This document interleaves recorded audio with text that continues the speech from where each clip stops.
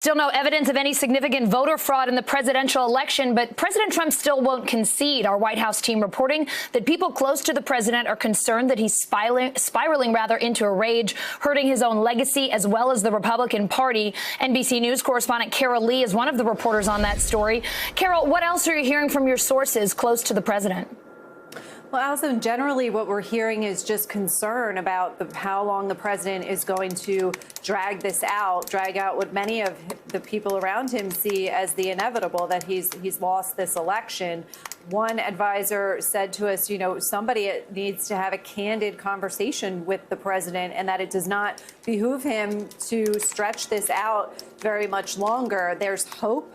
And I emphasize hope that the president will wrap this up by this weekend. But the signs that are coming out of the president's Twitter feed and from his campaign suggest that that's not going to be the case. I mean, just a little while ago, his campaign was holding a conference call with reporters about his legal actions in Michigan, which is one of the earlier states that was called for President-elect Biden. So there's a lot of consternation about whether the president is and who can talk the president down from his position of being very dug in. And there are those around the president who think that he should just barrel ahead and continue to fight and not back down. We've heard from a number of the president's aides who say that and have conveyed that message really here in Washington and across these battleground states. But there seems to be a groundswell, at least, starting to form of concern within the White House among some of the president's outside advisors that he's potentially taking this too far and hurting his legacy and dragging the Republican Party down with him, Allison. Carol, so far none of the Trump campaign lawsuits has gained any real traction, but here's what Secretary of State Mike Pompeo said today. There will be a smooth transition to a second Trump administration. Right, we're ready. The world is watching what's taking place here. We're going to count all the votes. When the process is complete, there'll be electors selected.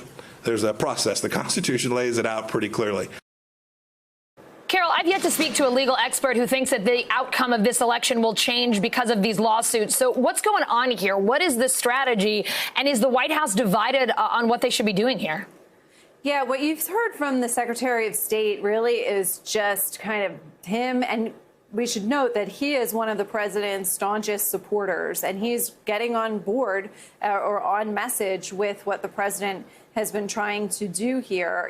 He is somebody who, having run for office himself, knows how the math works. He also has ambitions for the 2024 presidential race. So that's all kind of hanging over what the Secretary of State said.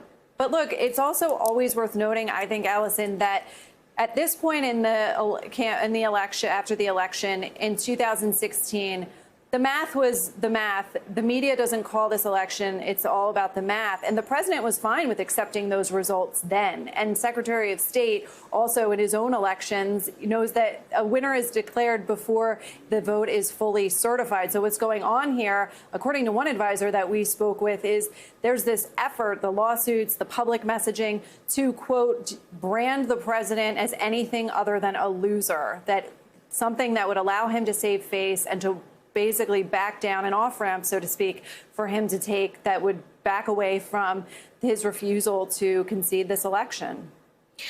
Carol, President Trump is still tweeting, but it's been, 5 days since we've seen him publicly. Yeah. Do we have any idea how much longer this will go on and when he plans to get back to his normal schedule? No, I would note that tomorrow is Veterans Day. Yeah. So typically we would see the president on Veterans Day. So perhaps we'll get some visual of him, whether or not he speaks publicly. We don't know. But you're right. This is very unusual for this president. I mean, he is obviously very active on Twitter, but to go this long with no events on his public schedule, not even anything private, a lunch with a secretary and his cabinet or an intelligence briefing is unusual. And we've been waiting to see when he will indeed speak publicly again. We just don't know. Carol, let's talk about the coronavirus. The U.S. reported more than 133,000 cases yesterday. Vice President Pence leads the White House coronavirus task force, but he's heading to Florida on vacation. What do you know about that trip? And does he have any plans to meet with the task force, given the increasing seriousness of this pandemic?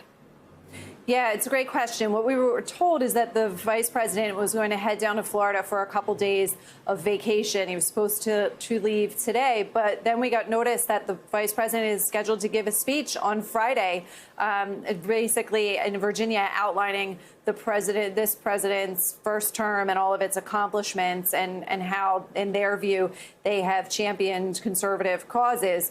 So one thing I will say that an advisor told us in terms of the president's legal strategy is when asked how effective they think this would be, they said all you need to know is the vice president is going on vacation, Allison. All right. The vice president is going on vacation. Carol, there it is. Thank you so much. Hey, NBC News viewers, thanks for checking out our YouTube channel. Subscribe by clicking on that button down here and click on any of the videos over here to watch the latest interviews, show highlights, and digital exclusives. Thanks for watching.